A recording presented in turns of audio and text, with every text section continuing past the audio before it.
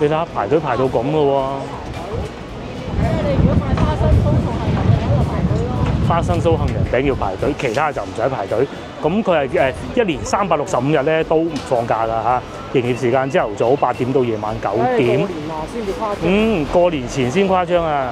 咗幾分鐘，10分鐘到啦，5、6分鐘啦。咁咧燒鵝啊到咗啦，我哋揀咗下裝，成隻鵝髀喺齊度㗎喎，係咪？咁啊嗱，隻筷子未食過，即係翻動一下睇下先啦。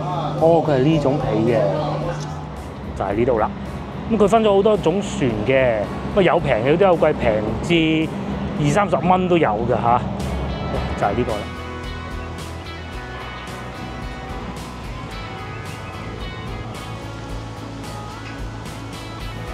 Hello， 各位觀眾，大家好啊！而家差唔多5點添啦嚇，我所在位置海珠廣場。咁我哋咧就趁住今日冇咁熱，好好風啊，大家見到㗎啦，就行路過去河南。咁啊，河南咧即係海珠區前呢度海珠廣場。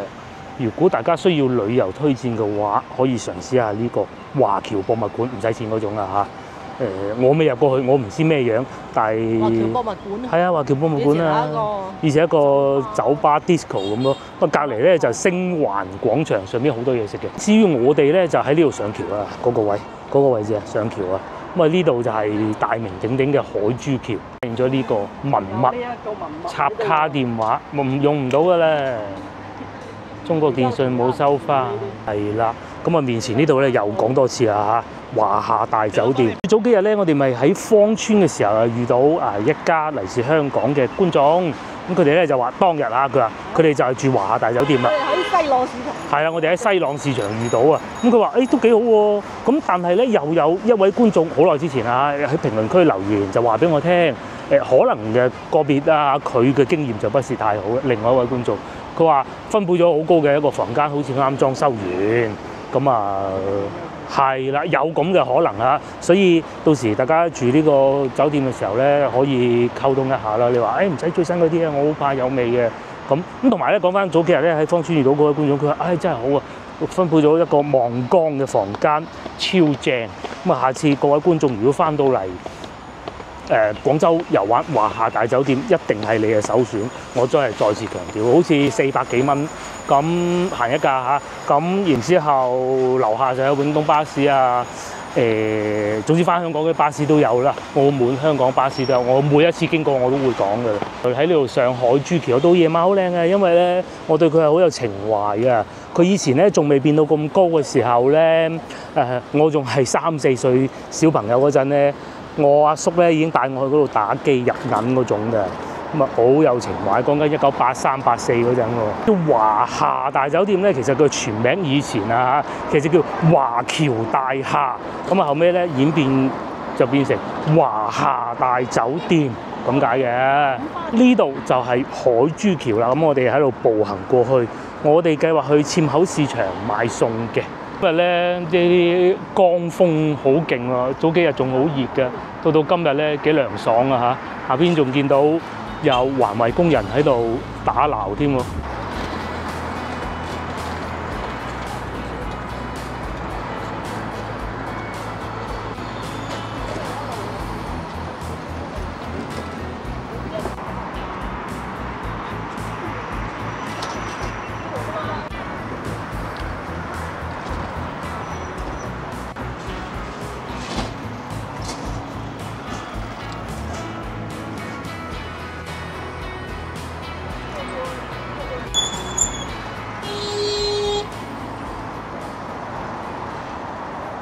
海珠橋咧係我哋廣州人心目中一座好神聖嘅橋，係可以咁講嘅。橋咧係建於1933年嘅，諗下幾耐。咁嗰陣仲係民國嘅，當時咧即係喺河南過河北啊，唔係好方便喎。咁啊，所以咧呢個係第一個跨江嘅橋嚟，咁好威水。以前都係要靠船過嘅啫嘛。咁同埋以前咧應該個江面係會更闊啲嘅。咁啊，但係咧去到第二次世界大戰嘅時候咧，侵略者就炸毀咗呢度啦。及後咧又經過幾次嘅戰亂之後啊去到1950年咧就終於收復翻啦。其實咧呢度啊係好耐歷史㗎啦。1930幾年，所以咧好多鋼材啊都已經換過㗎啦。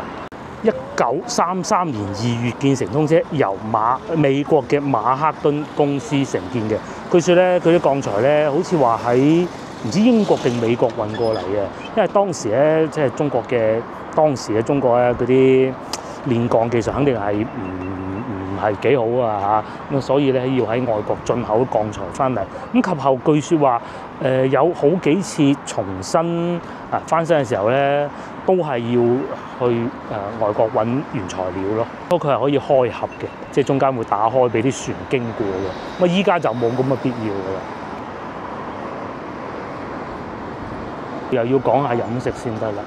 九記路邊雞係好食，差唔多最爽咁滯。係啦，好鬼正啊！如果要講有3間廣州嚇，一個就係嗰個寶華路嗰個叫做一心雞，第3間你要諗一諗邊間會好食，咁啊就係呢3間裏邊嘅屬於其中一間咯。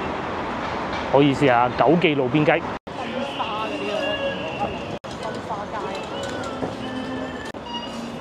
呢邊係有啲老騎樓啊。我哋過咗嚟呢邊南華東路啊，我哋諗住去纖口市場行下。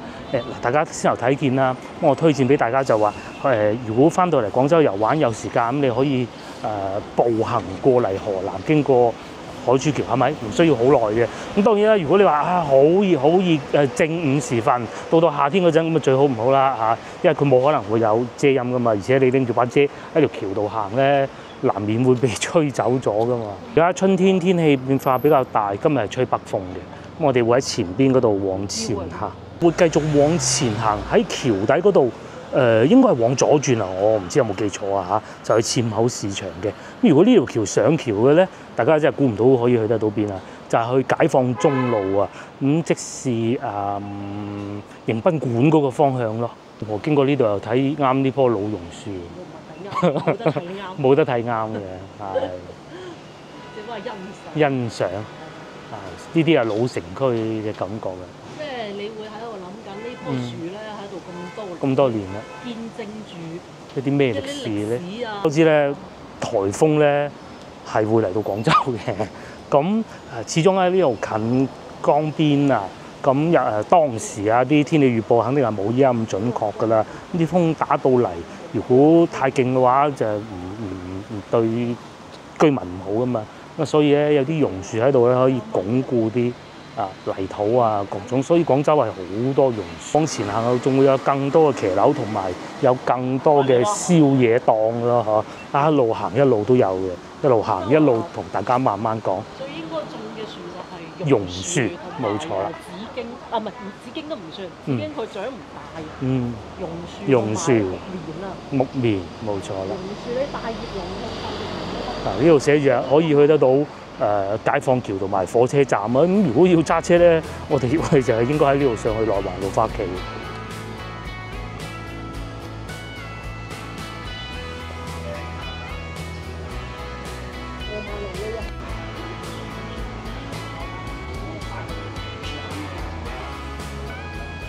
我哋入咗嚟呢度叫福仁巷啊！咁廣州咧，好似呢啲咁嘅巷仔咧係有好多啊，西關又有，海珠區又有。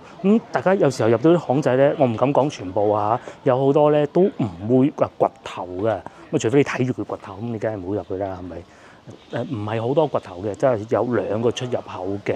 我哋所以咧，如果大家翻到嚟，你就可以見到有條巷仔想入去領略下啲本地居民嘅風情啊，咁可以入嚟行下。不過而家咧好多嗰啲老街坊都搬走晒啦，都係租屋出去俾人住嘅啫。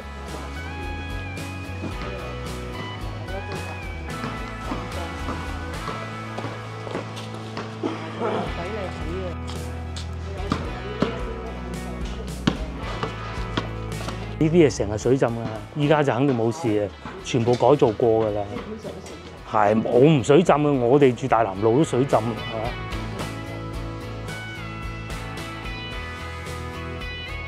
大家睇見啊，租咗出去之後咧，好多嚟到廣州謀生嘅人啊，咁佢就租咗呢個地方，可能做啲小作坊，然之後咧擺部就走鬼檔咁喺呢度，咁佢係唔喺呢度賣走鬼檔嘅，邊鬼個入嚟呢度食嘢啊？係咪先？咁佢會拉去附近，其中一個就係市義宮啊，到天黑啦，而家太早啦，都仲未夠鐘。市義宮地鐵站出嚟超多，咁啊大家如果對呢方面咧係唔會話好反感嘅，咁啊可以試下。尤其嗰度有個炒河粉，據說係幾好嘅嚇，好受歡迎嘅。咁啊仲有牛雜都有嘅，市義宮地鐵站嗰度，即係富基廣場嘅樓下。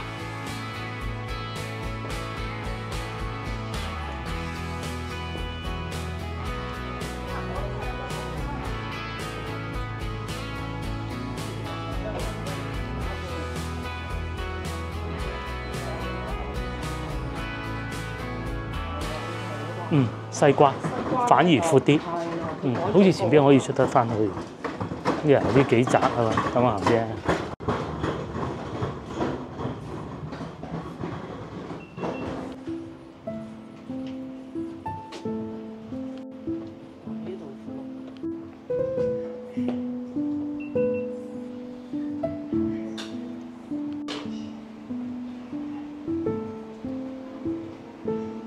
又可以出得翻去啊，係好方便嘅。咁啊入到嚟附近行下睇下，咁啊得。好似我入過嚟一次，當時咧應該係揾廁所嘅。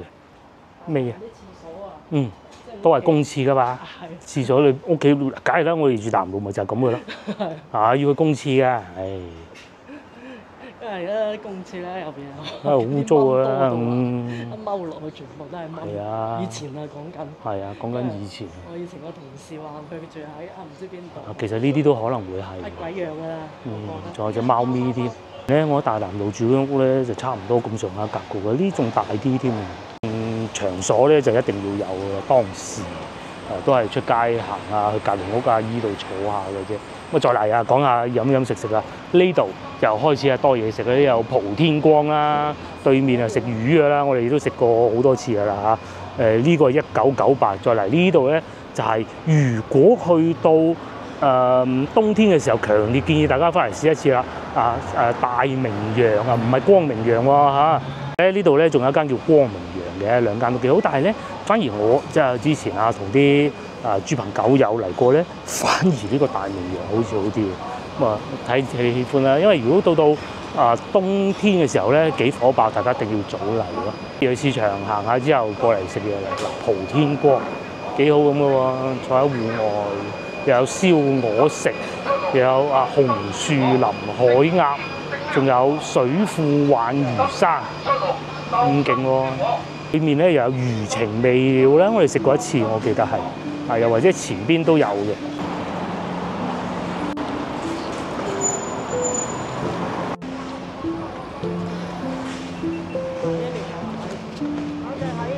睇位置先，大家認唔到嘅，總之喺嗰個方向過去咧，就翻過去海珠廣場㗎啦嚇，嗰邊就係長堤邊，即係江邊啦。不過我哋要去市場咧，就喺呢度，一直往前行轉左咁就到啦。至於今晚咧，應該會喺呢幾檔揾個地方有位嘅，咁啊食嘢咯嗬。我哋要去硤口市場，依家咧只不過係晏晝5點14分啊嚇，咁啊冇早嘅。安心99蚊3年。有興趣嘅就嚟諮詢下。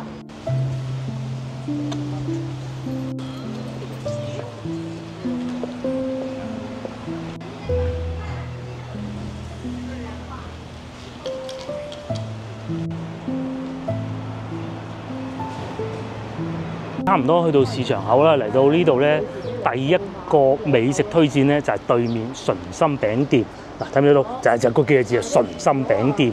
咁嗰度賣咩嘅咧？就賣花生餅、花生酥啊，雞仔餅嘅。咁啊，因為長期要排隊啊，嗱，而家都已經排緊隊啦嚇。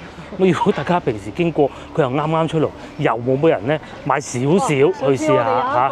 前有一次應該喺龍津路啊嘛，有位觀眾嚟自美國嘅，咁佢都話專程過嚟排隊試佢咁咯。咁啊值唔值得試？我哋食過2次，第一、第二次都覺得好好，之後就可能即係食過啩嚇。榮華樓嗰啲好食，榮華樓好食，雞仔餅雞，仔餅啊，好鬼好食贈品嗰個仲要係。哇咁鬼好食！但係如果講到明星咧，就確實係純心會出名啲嘅，網紅啲嗱就咁樣啦，咁樣排隊嘅喎。咁佢係雞仔餅要排隊嘅，如果我冇記錯就係啊，花生酥啊，唔知啊，過去睇下買我哋就唔買嘅啦嚇，排隊咁嘅喎。哇，好大幅，哦，好大幅啊！咁誇張，係啊，幾誇張。花生酥杏仁係啊，你睇下排隊排到咁嘅喎。即係你如果買花生酥同杏仁，你喺度排隊咯。花生酥杏仁餅要排隊，其他就唔使排隊。咁佢係一年365日咧都唔放假㗎嚇。營業時間朝頭早8點到夜晚9點。過年啊先至誇張。過年前先誇張啊！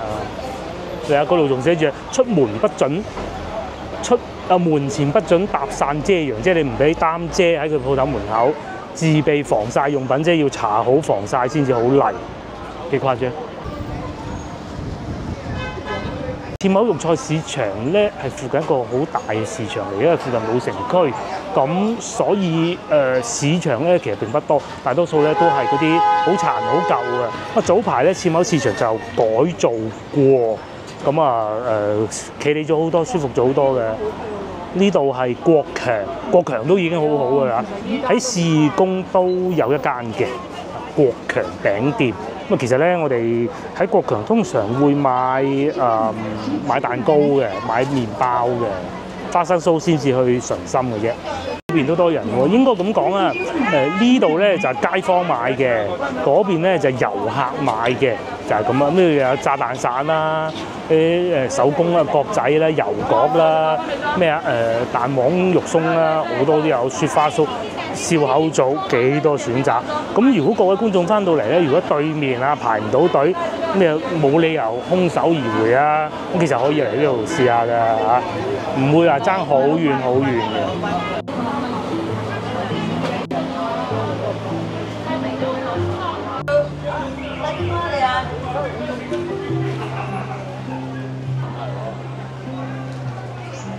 華樓啲點斤啊？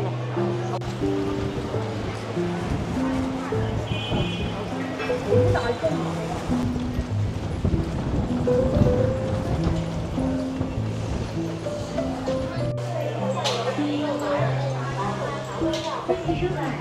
好，咁我哋慢慢進入市場。呢個市場係好大嘅。另外一邊咧可以去得到同福路㗎。又有燒臘特價啦嚇，最佳食品唔貴啊！食燒臘就都係廣州啊，冇辦法平靚。喺市場買都唔會太差啦。10年情懷老店，家福亦都係一個唔錯選擇嚟嘅。通常咧，我哋嚟到似某市場咧，係唔會入去室內買嘅，都係行戶外嘅，戶外先最為精彩。西洋菜仲有2蚊半，生菜又有，啱買可以買啲嘢，我哋都會。呢度咧就係總店啦，係嘛？過去睇下，呢度啊夠晒客宅啊！所以咧，大家如果翻到嚟呢度，真係想買嗰啲花生酥啊嗰啲咧，其實係可以喺外邊嗰度慢慢等咯嚇。總店就真係不必啦，唔知有冇開門咧？過去睇下先。冇錯啦，就係呢度啦。咁如果佢係冇咧，個店員會指引你出去外邊等嘅。呢度花生酥、杏仁酥，請到塹口市場對面純心餅店購買啊！呢度係有寫嘅。嗰度啲餅，屋企啲餅。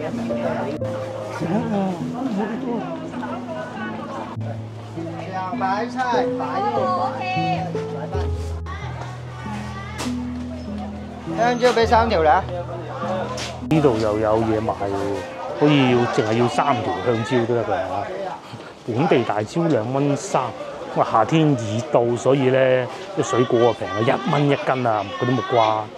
樹上熟靚啲嘅，應該佢講緊爛咗嗰啲先1蚊斤嘅嘢。塹口市場咧係好狹窄㗎，大家都見得到啦，完全行唔到。咁我哋會兜個圈睇下有啲咩啱買就買啦。咗去啊，俾老婆叫翻嚟啊嚇，買馬仔有啊，嗱有貨13蚊8一斤啊，薩琪馬4嚿啦。幾錢話？5蚊6毫係嘛？你買咗4個，只需要5蚊6，正啊！花生酥、杏仁酥要喺外邊買。係，我哋又嚟買馬仔嘅。上次我哋食過呢個都幾好，紫菜條都幾好，22蚊一斤。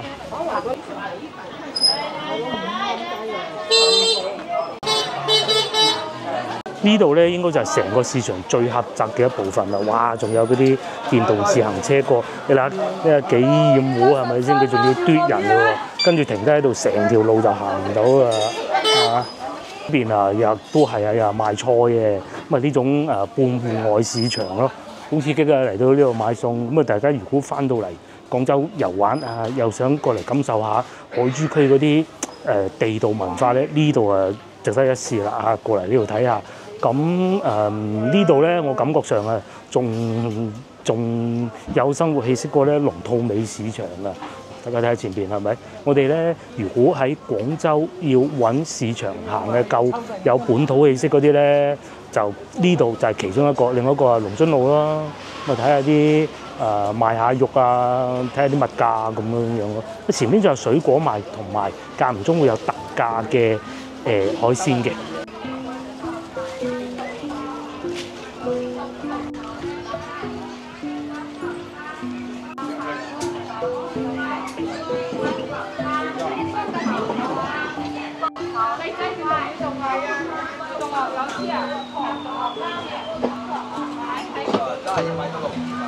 平時我哋好中意買海鮮嘅地方，有時見到有平都喺度買嘅。通常如果我哋嚟到似茂市場買嘢咧，通常都會喺後邊呢一段嘅嚇。呢度咧有時候買下大閘蟹啊，賣下蝦咁咯。今日咧就賣魚。至於呢邊咧番茄啊、楊桃都有啦，5蚊半啊，貴啲喎嚇。如果沿住呢條路一直往前行咧，就可以去翻同福中路嘅。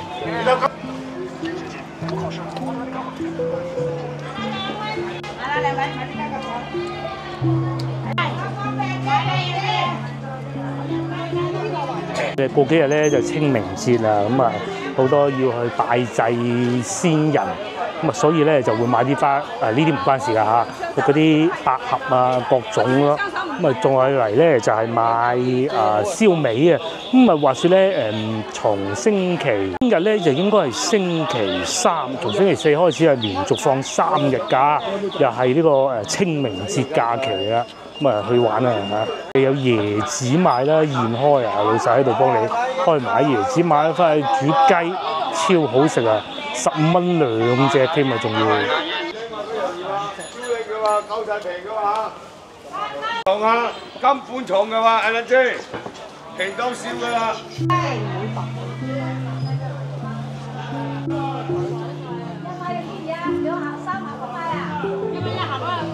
賣你又係一個10蚊。嗰啲人講咩？咩咧？草莓咧？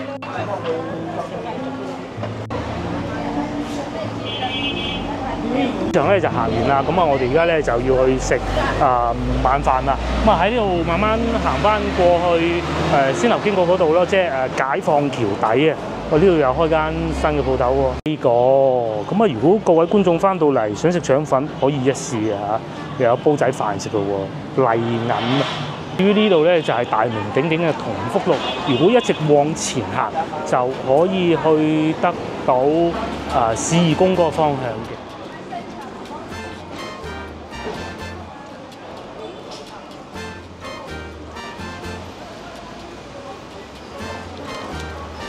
我哋又嚟到食晚飯時間啦，而家咧差唔多6點鐘，咁啊決定嚟呢個蒲天光。廣州老字號始創於1998，1998係一個好好嘅年份嚟啊！咁佢呢度既可以坐喺戶外，又可以坐室內，咁啊應該係坐室內啦，我哋就。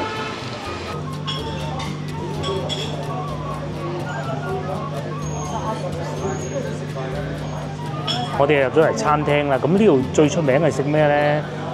燒野菜嚇，咁啊其中一種咧，我哋想食嘅咧就係燒鵝，個門口有寫佢現燒嘅，落單先燒嘅，68蚊一例，咁啊你可以揀上裝下裝咁樣樣啦，咁啊有爐喺門口，咁當然啦，肯定係電爐就唔會話炭爐嘅。眼花撩亂讀餐牌時間喎，除咗燒鵝，當然仲有其他啦，乳鴿43蚊一隻。叉燒68蚊一例，傳承80年代人人菜館金牌叉燒配方喎，當年情當年味喎，咁勁喎！仲有牛腩煲咧，炭燒生蠔咧48蚊半打啦，咁得意喎！甚至乎啊，仲有煲仔飯添啊！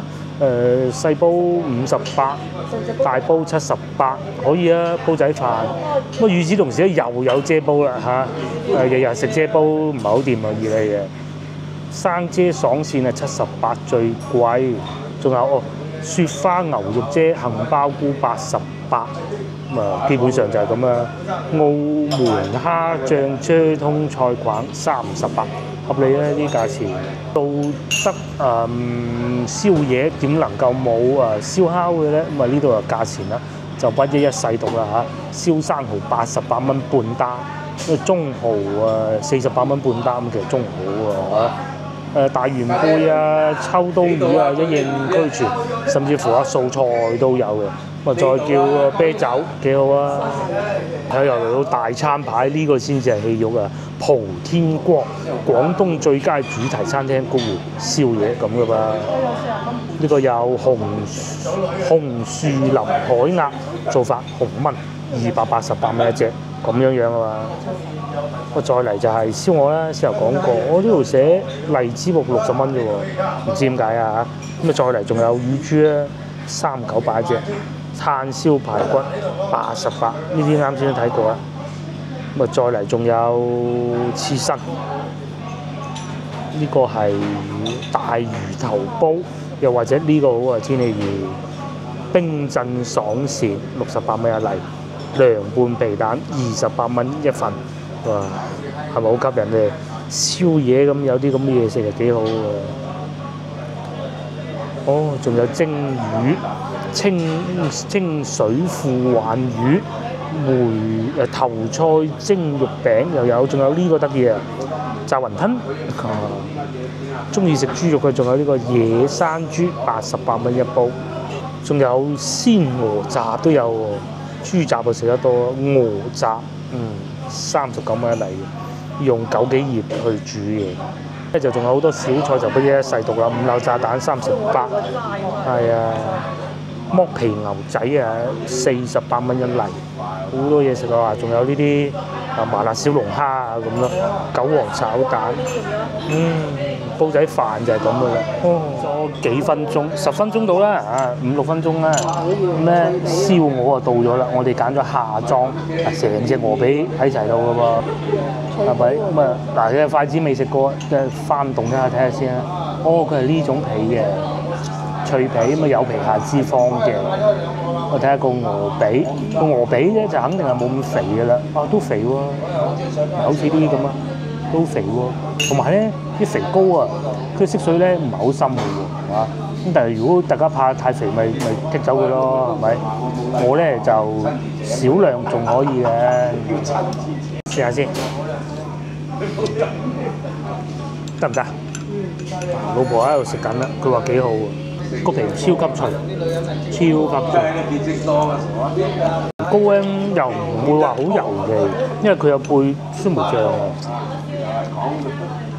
係啊，後邊都唔好講話現燒咧，佢應該係已經熟咗一定程度，再最後加工送上嚟嘅。熟食啊，老婆翻動過呢嚿幾靚。啱先我試過呢個，佢啲肥膏咧確實係肥嘅，咁你可以剔走嘅。上裝就瘦啲，下裝就肥啲。但係咧咬起身咧，好似呢一部分咁咧，佢又唔會話好多五香粉好鹹嗰種感覺嘅。點啲醬汁，我夾翻呢嚿咧，試下呢嚿。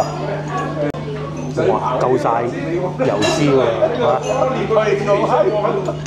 個皮咧又唔係好似食乳鴿嗰啲玻璃皮咁，佢係有咬口嘅。上邊脆，中間咧就肥膏，咁啊下邊咧就肉嚟嘅。啱先咧我試咗2嚿，啱先我試下邊呢嚿嘅時候咧，可能佢嘅靠得比較鹹，我估嘅嚇，係有少少鹹。咁啊接落嚟，唔好食咁多，留翻嚿俾個女啊，食多嚿啦。食多嚿啦，嗱呢個啦，哇！啲肉咧咬起身都幾實淨嘅。燒鵝食過啦，呢個齋咧又嚟咗，佢叫做上素係嘛？係啊，唔係打牌嗰種上素，靚㗎噃，打個芡汁都好好。咁啊，同埋呢個菇用得幾靚。老婆啊懂啊，佢講咗一串學名出嚟，我就梗係唔複述啦嚇，太過複雜啦。咁啊，仲有粉絲，下邊啲粉絲先至好食。飯都可以唔使嘅，幾搶！食菇菌咧，佢就比我懂得多。其實好多嘢食佢都叻過我㗎嚇。呢個叫咩名話個菌？因為嗰啲黑皮雞中嗰個。黑皮雞中嚇，如果喺餐廳就要寫呢個名啦。其實佢唔係雞中嚟㗎。雞中菌啊，好貴嘅。好爽口嘅，咁樣個菇。好似雞髀咁啊嘛，所以叫雞中雞肉咁啊。因為佢裏邊咧嗰啲菌裏邊啊係冇味嘅。荔枝菌。雞中菌。哦。但係呢一種咧就係卵包長筋菇啊。但係咧啲人就因為佢有條好長嘅筋啊嘛，雞中菌又有條好長嘅筋啊嘛，所以佢咧就起一個好靚嘅名，就當雞中菌嚟嘅，咁咪賣得貴啲咯。繼續食。係啊，變咗好耐啦，個芡汁打得好好。嗱，呢度仲有雞尾菇，我估呢個應該係，仲有鮑魚菇啊。同埋仲有粟米心。米心好食喎。粟米心好食。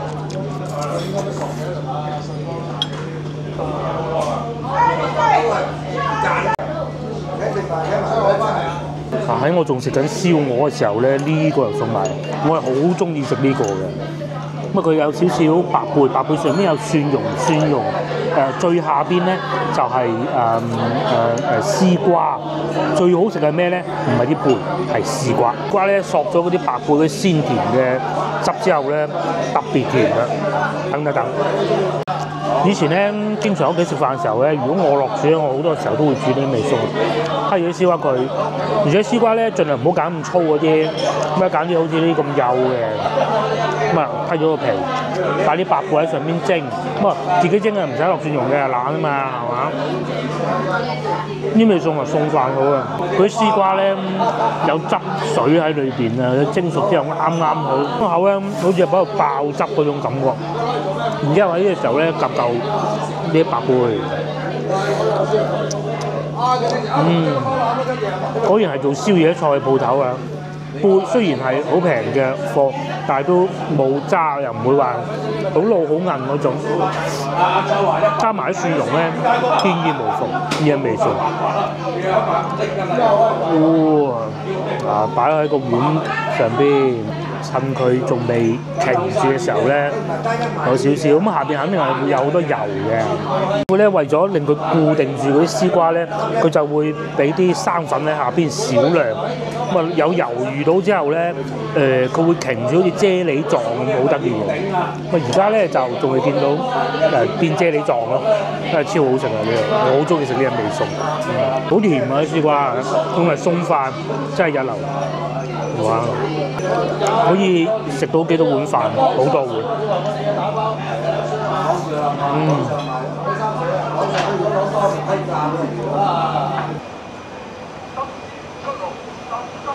打飽最終埋單咧，155蚊，咁啊又係3人消費150蚊嗰種啦嚇。燒鵝咧，我哋揀咗下裝啊，肥啲，係啦。碟頭唔算好大，同埋啲飯慢咗啲咯，但係嗰個蒸白貝就幾好嘅。如果唔中意食燒鵝，就可以過嚟呢度食下魚生又得啦，即係嗰啲海唔係海魚啊，淡水魚咁咯。大排檔都係咁噶啦嚇。呢度呢幾間大排檔可能差唔多咁啊，但係又唔算話好貴嘅。150蚊3個人。呢度係咩？呢度又係瑞士汁焦糖雞55蚊半隻咁樣嘅喎，又係坐晒出嚟戶外咁食嘅喎，係咪？撈乜都掂，呢度叫做順德菜，咁大個鑊咁樣擺住嚟食嘅喎。再行咧就已經係解放橋嘅啦。咁啊你哋唔使理咧咩橋名啊，總之河南河北你記住得市中心呢幾條橋咧差得都唔會太遠嘅。譬如話呢度即使行去人民橋都好啦嚇，都唔係好遠。人民橋喺嗰邊，粵菜去茶樓，呢啲係食燒烤啊嗰啲。最初我哋有諗過要個燒烤帶子嘅，咁啊冇貨，咪冇計啦嚇。咁啊話咁快，我哋就嚟到濱江西路啦。哦，就喺呢度啦，濱江西路。咁通常我哋稱之為海皮邊就係呢度啦。咁對面應該就係星環廣場啦，正。咁啊對面嗰度萬寧廣場。咁再往前少少咧，就南方大廈各種嗰啲喺前邊咯。呢條街咧亦都係好多嘢食嘅，我哋咧就會一路往上走。呢條路都要開到咁快嘅咧？點解？再往前少少咧，就係海珠橋啦。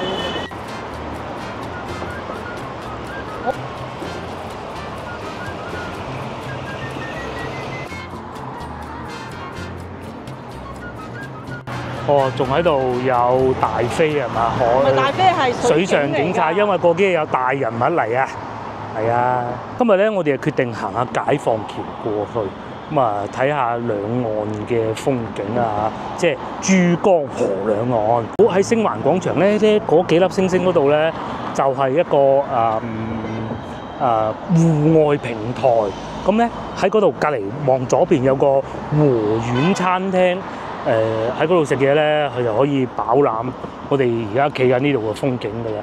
對面就係海珠橋，呢邊就係解放橋。咁啊呢棟物業咧，大家睇唔睇到左邊呢個標誌啊？係啊，香港嘅地產發展商啊，兩棟都係佢哋嘅，勁唔勁咧？好多㗎，好多啊！仲有啲係啊，好多㗎。咁都好嘅嚇。喺呢邊望過去咧，就一路去就係去得到廣州塔嗰個方向嘅。咁當然需要一段時間啦。如果各位係參加呢個珠江夜遊咧，大概喺咩位置咧？俾個交叉遮住咗嗰個位啦嚇，啱遮住咗嗰度天字碼頭上船。咁啊夜晚咧就可以遊覽呢個廣州嘅夜景啦。啱有一條船經過，就係呢度啦。咁佢分咗好多種船嘅，咁有平嘅都有貴，平至20-30蚊都有嘅嚇，就係呢個啦。就會沿住廣州塔一路到白鵝潭咁樣兜一個圈嘅。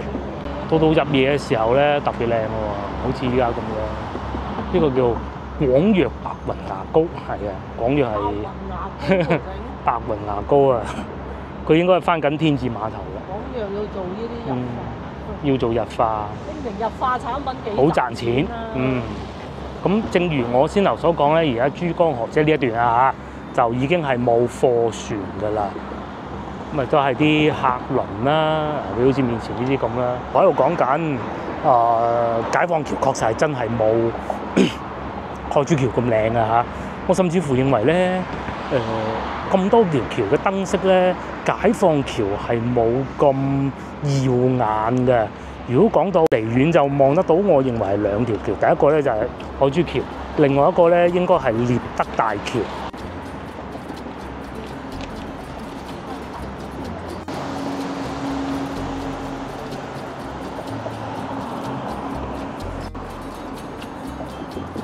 邊係越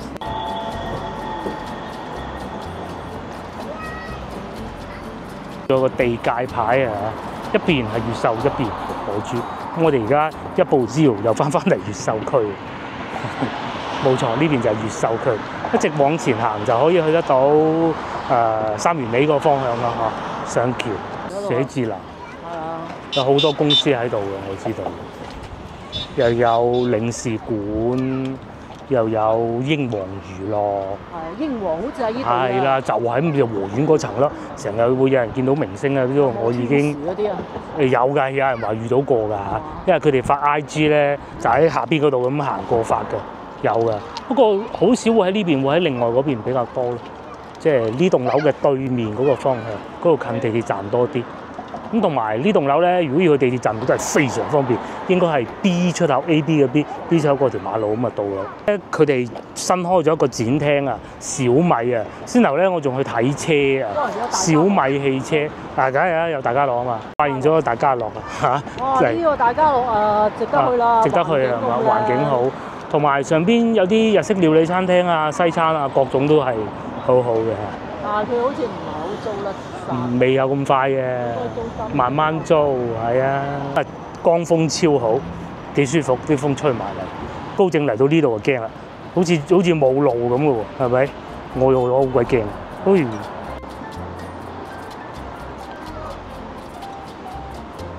度下邊就係江嚟嘅咯。咦，都係行翻埋啲先。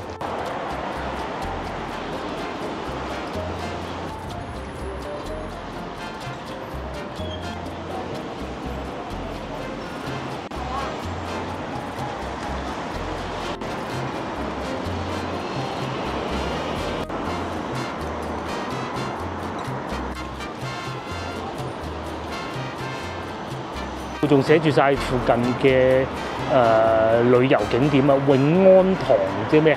哦，佢係嗰啲舊屋，仲有省總碼頭，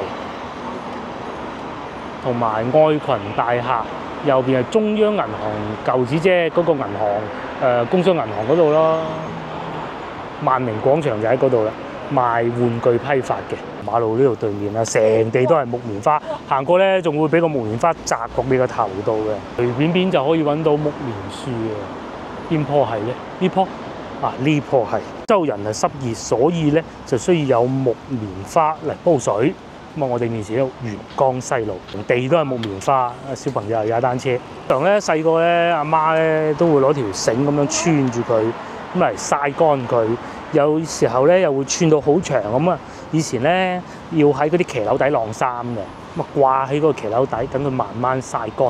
曬乾之後咧就煲水飲，咁啊去濕。執咗咁多啦，好新鮮先。好新鮮，擺喺陽台曬乾佢。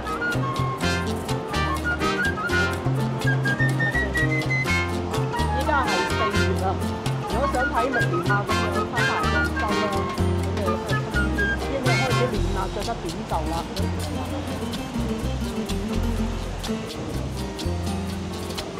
亦都時間唔早啦嚇，7點鐘啦，我哋都係時候穿過商場坐地鐵翻屋企啦。幫忙 share 呢條影片俾你嘅朋友，又或者幫我點個 like 啦。下集見啦，拜拜。今日風太大啦。